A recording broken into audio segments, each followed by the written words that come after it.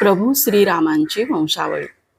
ब्रह्माजी, मरीची, कश्यप, विवस्वान, मनु, इक्ष्वाकु, कुक्षी, विकुक्षी, बाण, अनरण्य, पृथु, त्रिशंकू, धुंधुमार, युवनाश्व, मंधाता, सुसंधी.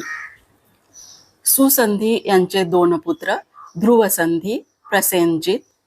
ध्रुवसंधी यांचा पुत्र भरत, नंतर असित, सगर, असमंज, अंशुमान, दिलीप, भगीरथ, ककुस्थ, रघु, प्रवृद्ध, शंखन, सुदर्शन, अग्निवर्ण, शीघ्रज, मरु, प्रशुश्रुक, अंबरीश, नहुष, ययाती, नभाग, अज आणि दशरथ.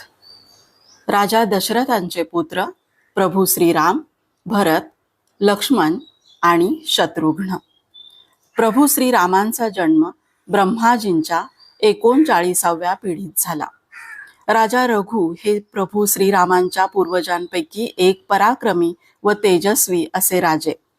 यांच्यानंतरच श्रीरामांच्या वंशाला रघुवंश म्हटले जाऊ लागले. तर हिंदू पुराणानुसार कौसल नरेश भगीरथ यांनी आपल्या 60,000 पूर्वजांची कपिल मुनींच्या शापातून मुक्तता करण्यासाठी घोर तपस्या करून स्वर्गामधून गंगेला पृथ्वीवर आणले.